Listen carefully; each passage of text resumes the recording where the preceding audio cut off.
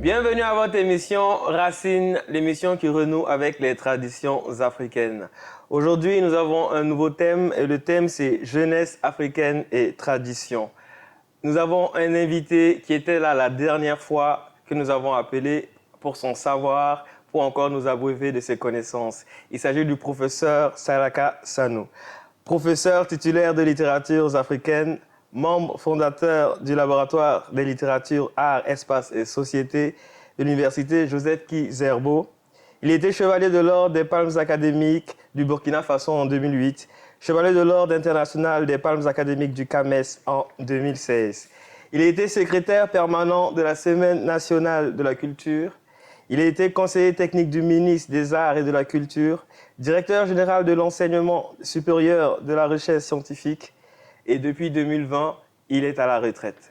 Merci, professeur Sanou. Merci, bonjour. Bonjour. Et aujourd'hui encore, nous allons essayer de discuter à propos du thème jeunesse africaine et tradition. Sans plus tarder, j'aimerais vous poser la question, pouvez-vous nous donner votre avis sur la place réelle de la tradition dans notre société actuelle? Alors, merci de me donner cette occasion, une fois de plus, pour parler de nos traditions en Afrique et notamment au Burkina, notre pays. Alors, parlant de la place de la tradition dans la société aujourd'hui, il faut, j'allais dire, faire une cartographie de la société aujourd'hui. La société aujourd'hui, c'est quoi? Il y a une société urbaine, il y a une société rurale. Oui. Bien. La société urbaine, elle se caractérise par le cadre de vie, comme la société rurale. Mais en même temps, la société urbaine est une société de brassage à tous les niveaux. Social, on retrouve des grands, ce qu'on appelle vulgairement des bunkers, comme on va retrouver des cases dans la ville. Oui, donc c'est du brassage. Comme on peut retrouver des habitations moyennes, Oui. comme on peut retrouver des habitations luxueuses, très luxueuses, ultra luxueuses, etc., etc. Donc c'est ça le brassage au niveau social. Mais c'est aussi un brassage au niveau culturel. Parce que dans la ville, nous avons plusieurs collectivités qui sont là, plusieurs communautés qui vivent en ville. On a pratiquement toutes les communautés, si on prend le cas de Ouagadougou, toutes les communautés ethniques sont regroupées, se retrouvent vivant dans la ville de Ouagadougou. Oui. Ben, il y a aussi un brassage religieux. Parce que vous retrouvez des gens j'allais dire toutes sortes de confessions religieuses. Bon. Donc, c'est un melting pot, un mélange social que l'on retrouve dans la société urbaine. Alors que les sociétés rurales sont moins mélangées, entre guillemets. Il y a une espèce de communauté sociale, de communautés religieuses, de communautés culturelles, etc., etc. Ce qui fait qu'il y a plus de cohérence dans le milieu rural que dans le milieu urbain. Ce qui se comprend facilement et l'analyste doit tenir compte de ces réalités-là. Donc, après cette distinction, en revenant à la question, il va de soi que ce que nous appelons tradition, c'est-à-dire ce qui identifie une communauté par rapport aux autres, elle est plus vivace, ou en tout cas, elle est supposée être plus vivace en milieu rural qu'en milieu urbain. Donc, il faut faire cette distinction. Dans le milieu traditionnel, dans le milieu rural, effectivement, c'est là-bas que ce que nous avons défini comme tradition là est plus vivace, parce que le contexte le leur permet. Et c'est là-bas que se trouve la source des traditions. Tandis que dans le milieu urbain, compte tenu du fait que c'est un melting pot, chacun vient vivre selon sa tradition. Oui. Voilà. Donc, cette tradition fait que, même au niveau j'allais dire, la gestion de la cité, donc au niveau politique, on retrouve ça. Quand les problèmes sont très corsés sur le plan politique, On dit qu'on voit les responsables traditionnels, religieux, tout ça là.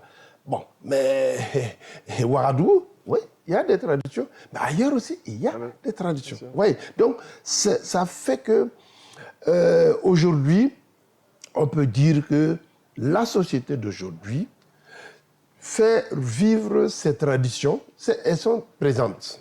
Si je reviens sur la définition de la tradition et des coutumes, j'avais donné le cas de l'exemple du mariage la dernière fois. Oui. Mais si on prend ce mariage-là, aujourd'hui, le principe du PPS, du Popoussom là, est pratiquement généralisé. Si on prend le cas de Ouagadougou, généralement, je suis surpris quand j'entends des étudiants dire « Ah, moi je ne ferai, on ne pourra pas faire mon mariage là s'il n'y a pas eu de PPS. Oui, oui. » Ouais, donc ça veut dire qu'il y a ce sentiment-là que cette coutume-là permet à l'individu d'exister, oui, d'être membre d'une communauté. Donc, la tradition, elle est présente.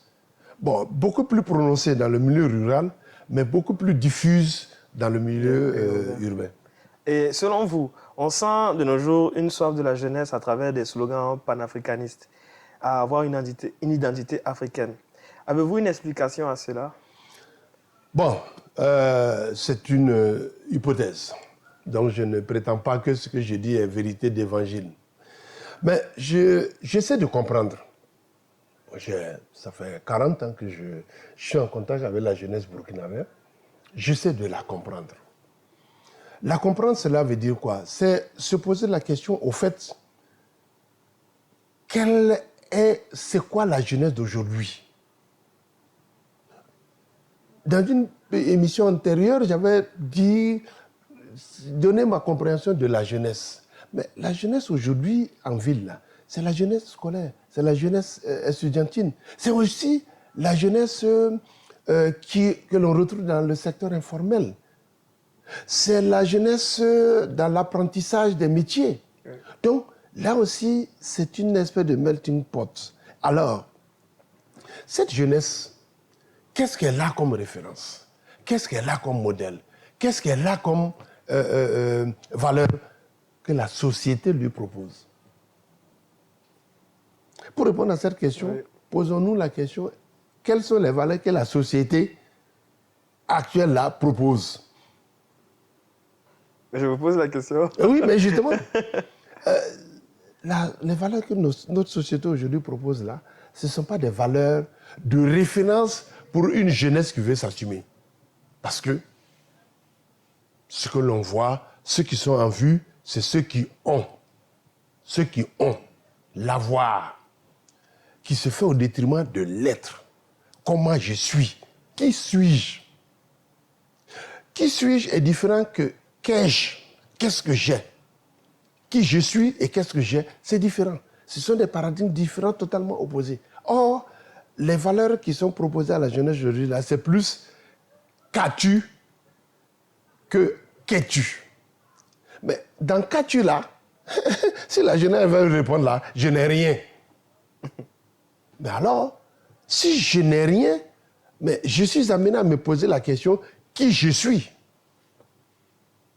Je n'ai rien. Ok, le conseil là, je n'ai rien. Oui. Mais quand même, je peux me poser la question, qui je suis? Oui. Et à ce moment-là, on peut chercher, on peut émettre que c'est cette hypothèse-là, à travers laquelle on peut dire, voilà une des causes qui explique que la jeunesse aujourd'hui là se pose des questions sur les valeurs traditionnelles qu'on lui a cachées. Pourquoi ne pas se dire, mais ces valeurs-là sont des valeurs quand même qui lui permettent de vivre, qui lui permettent d'être. Mais maintenant, en rapport avec le panafricanisme. Oui. Mais c'est la même chose. On nous a divisés. Le on là, tout le monde sait, c'est le colonisateur nous a divisés. Mais on peut dire aujourd'hui que la jeunesse est en quête de repères. Ah oui, c'est ça. La jeunesse est en quête de repères. Parce qu'elle n'a aucun repère. Aucun. En tout cas, auquel elle peut s'accrocher pour être. Donc, le colonisateur nous a divisés en africains, francophones, anglophones, lusophones, hispanophones. Ensuite, à l'intérieur des mêmes États, on a créé des divisions. Il y en a qui doivent avoir le pouvoir, il y en a qui n'ont pas accès au pouvoir. Est-ce que vous avez déjà vu un paysan devenir député? Dans son état de paysan, hein. Je ne dis pas d'origine paysanne, mais dans son état de paysan. Il y en a. Enfin, si il y en a, moi j'aimerais le connaître. Est-ce qu'on a déjà vu un paysan ministre? Ben oui, mais tout de suite, on va expliquer que pour assumer ses fonctions, il faut une certaine instruction. Je suis totalement d'accord. Et je suis pour ça. Mais en même temps, c'est une pratique d'exclusion. Donc, cette jeunesse-là n'a pas de repère. Et elle se dit, mais est-ce que nous ne pouvons pas aller au-delà de ces divisions qui nous ont été imposées de l'extérieur? Si vous prenez les grands empires, les grandes formations politiques, sociopolitiques, avant la colonisation, l'empire mandingue, le Mandé, c'était pratiquement toute l'Afrique de l'Ouest. Alors, cette Afrique de l'Ouest-là se retrouve entre 15 États. Et alors, la question, je pose, mais est-ce que ces 15 États-là, pris individuellement, sont fiables? Non. Alors, qu'est-ce qui faisait qu'avant, les colonisateurs-là, ces grands ensembles ont existé, ont réussi à apporter le bien-être aux populations, malgré ce que l'on peut imaginer comme une impossibilité de communication. Mais ces royaumes, ces grands empires-là ont existé. Oui. Alors, pourquoi aujourd'hui, avec tous les moyens que nous avons là, nous ne pouvons pas nous tourner vers ce qui a permis à ces empires-là d'exister? Ce sont les traditions. Donc, c'est pour ça, c'est mon hypothèse pour expliquer pourquoi la jeunesse aujourd'hui, la jeunesse africaine aujourd'hui, là, se tourne vers le panafricanisme. Le panafricanisme se présente à la jeunesse africaine aujourd'hui là comme une des solutions qui lui permettra de sortir de cette ornière dans laquelle elle se trouve. Parce qu'il y a eu des grands penseurs du panafricanisme, Kwame Nkrumah, le Patrice Lumumba. Mais tous ces gens ont écrit sur le panafricanisme. Ils ont montré les valeurs du panafricanisme. Puisque ce qu'on a fait jusqu'ici pendant plus d'un siècle à travers la colonisation et les indépendances, ça n'a pas marché, essayons autre chose. Voilà pour moi une des hypothèses qui explique que la jeunesse africaine se tourne vers le panafricanisme. Ok, merci professeur Sano. Et selon vous, quel est le rapport et quel est l'apport plutôt que la tradition apporte à l'éducation des enfants? Alors, l'apport de la tradition à l'éducation des enfants, malheureusement, cette tradition n'est pas intégrée dans l'école. Et c'est pour ça qu'aujourd'hui, on parle d'une école inclusive. Une école inclusive, ça veut dire une école qui est ancrée dans son environnement. Et l'environnement, comme je l'ai dit, mais il y a la société urbaine, il y a la société rurale. Il y a la tradition, il y a les valeurs occidentales. Mais faisons en sorte que, autant ces valeurs occidentales sont enseignées à l'école, autant des valeurs fondamentales, cardinales de nos sociétés traditionnelles aussi peuvent être enseignées à l'école. Je prends le cas, l'instruction civique, hein, que nous, on a connu sous forme de morale. Oui. Tiens, on peut citer La Fontaine à travers ses fables pour dire il ne sert à rien de courir, il faut aller à point. Oui. Ok, attends. Bon, d'accord. Mais dans nos traditions, il y a des proverbes qui sont là. C'est vrai. Il y a des proverbes qui sont là. Par exemple, chez nous, quand pour dire que il faut toujours faire ce qu'on en a à faire maintenant. Parce que on ne sait pas de quoi demain est fait. Bon. Il y a un proverbe qui dit que Mamanito awoledia. Mamanito awoledia. Mamanito, là, si je savais, awoledia ne peut pas être rattrapé. Ça veut dire quoi?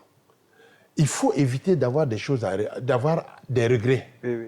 Ce qu'on peut faire, faisons-le pour ne pas avoir à le regretter. Parce que ce qui est passé là, on ne peut plus le rattraper. Oui, oui. Donc, il y a des proverbes comme ça. C'est là la tradition orale. On revient à la tradition orale, peut-être exploitée pour justement permettre au système éducatif d'ancrer la formation des enfants dans leur terroir. Mais tout en les ouvrant aux autres.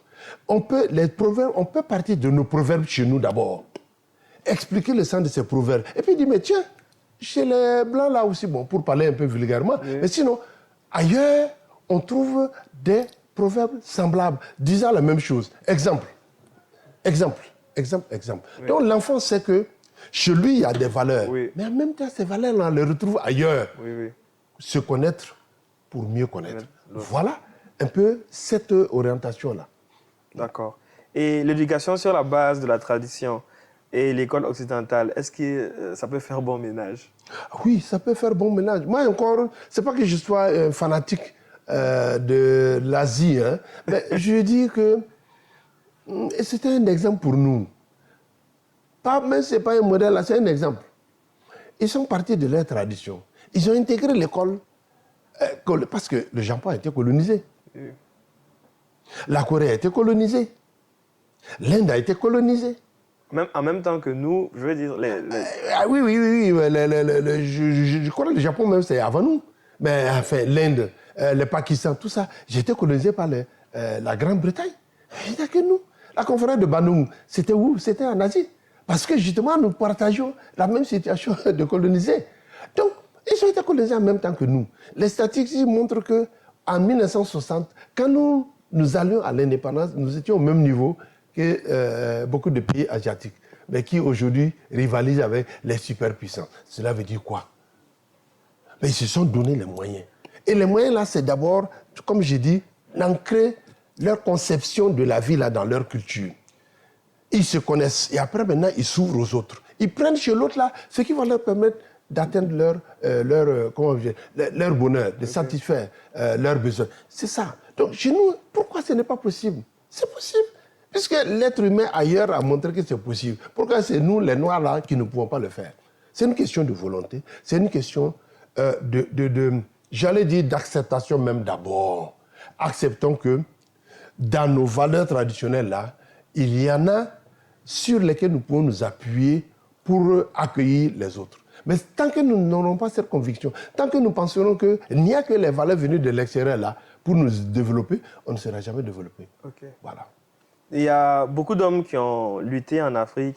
Vous avez même cité certains comme Patrice Lumumba, Kwame Nkrumah, il y a même Thomas Sankara, qui sont des idoles pour la jeunesse africaine aujourd'hui. Mais est-ce qu'en réalité, ils ont réellement fait la promotion de l'identité africaine basée sur les traditions?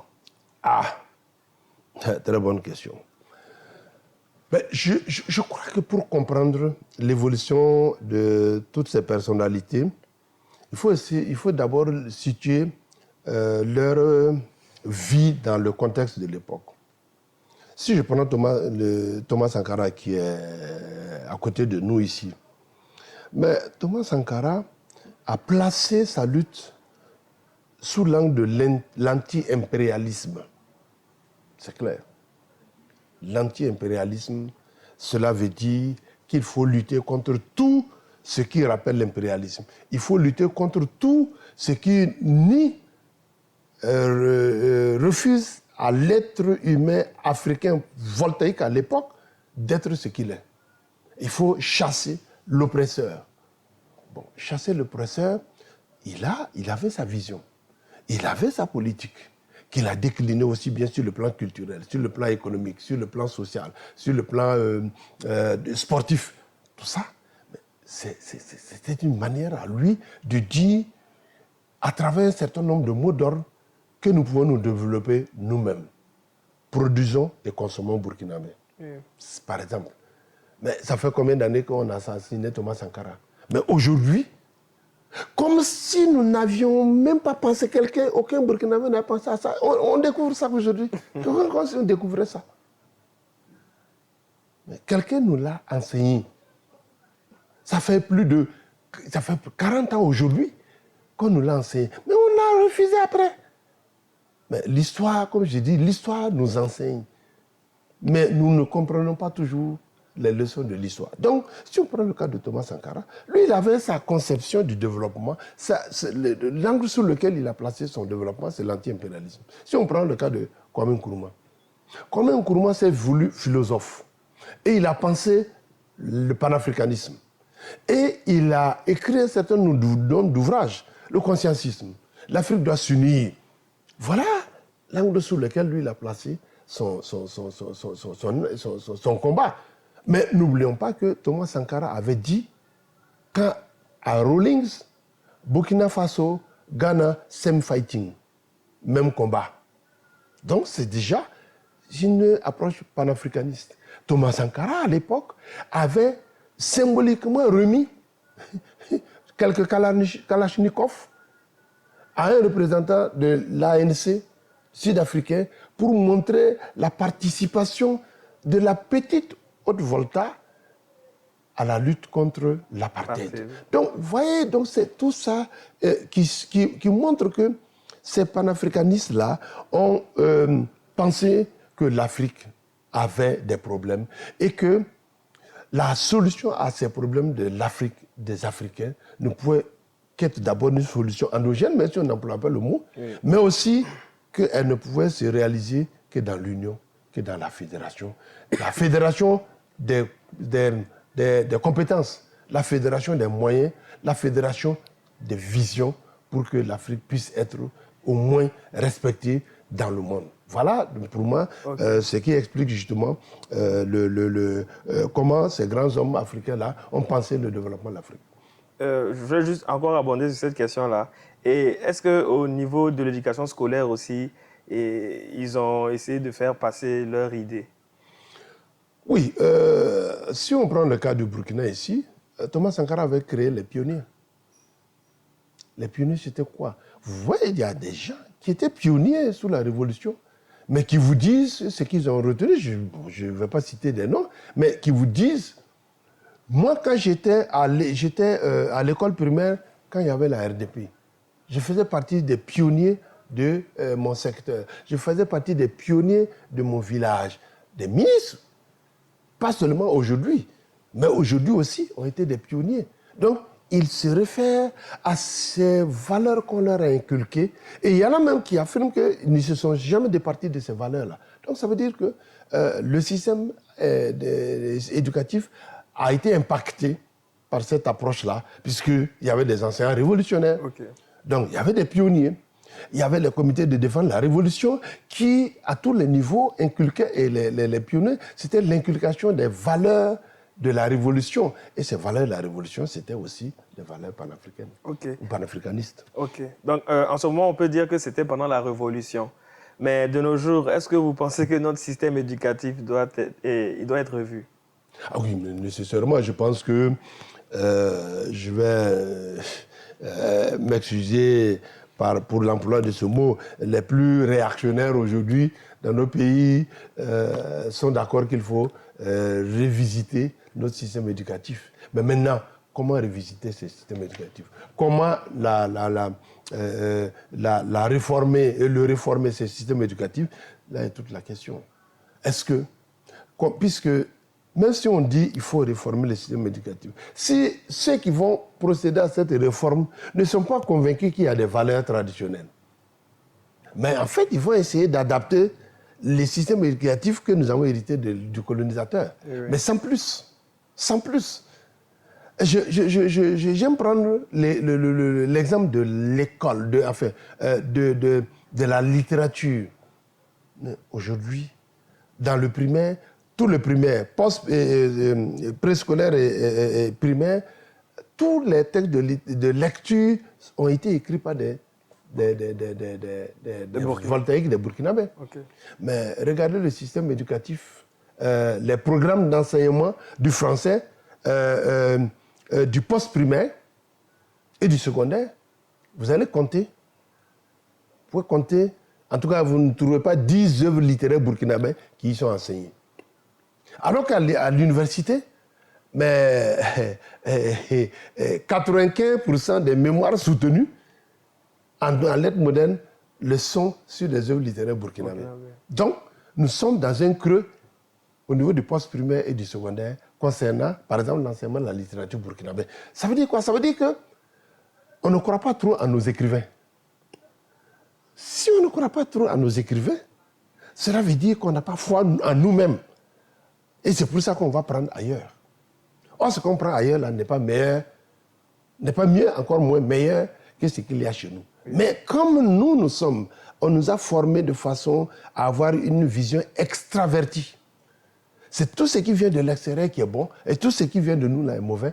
Donc, on se retrouve dans cette situation-là. Sinon, on peut très bien réformer ce système éducatif au profit des valeurs endogènes, pas pour nous renfermer. Je pars toujours du principe se connaître pour mieux connaître.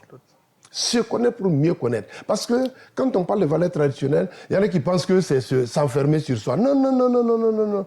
Si on se connaît là, on est plus ouvert pour recevoir l'autre. Nous sommes au terme de la première partie du thème jeunesse africaine et tradition. Nous étions avec le professeur Sanou Salaka. Nous avons discuté, nous avons appris et on vous donne rendez-vous pour le prochain numéro, pour la partie numéro 2. Merci. C'est toujours avec un plaisir que j'échange sur les relations entre la jeunesse africaine et les traditions parce que ça nous permet donc de nous connaître, ça nous permet de dégager des pistes pour un épanouissement de notre jeunesse. En tout cas, c'est avec un réel plaisir que j'ai échangé avec vous. Merci beaucoup. À la prochaine. Ouais.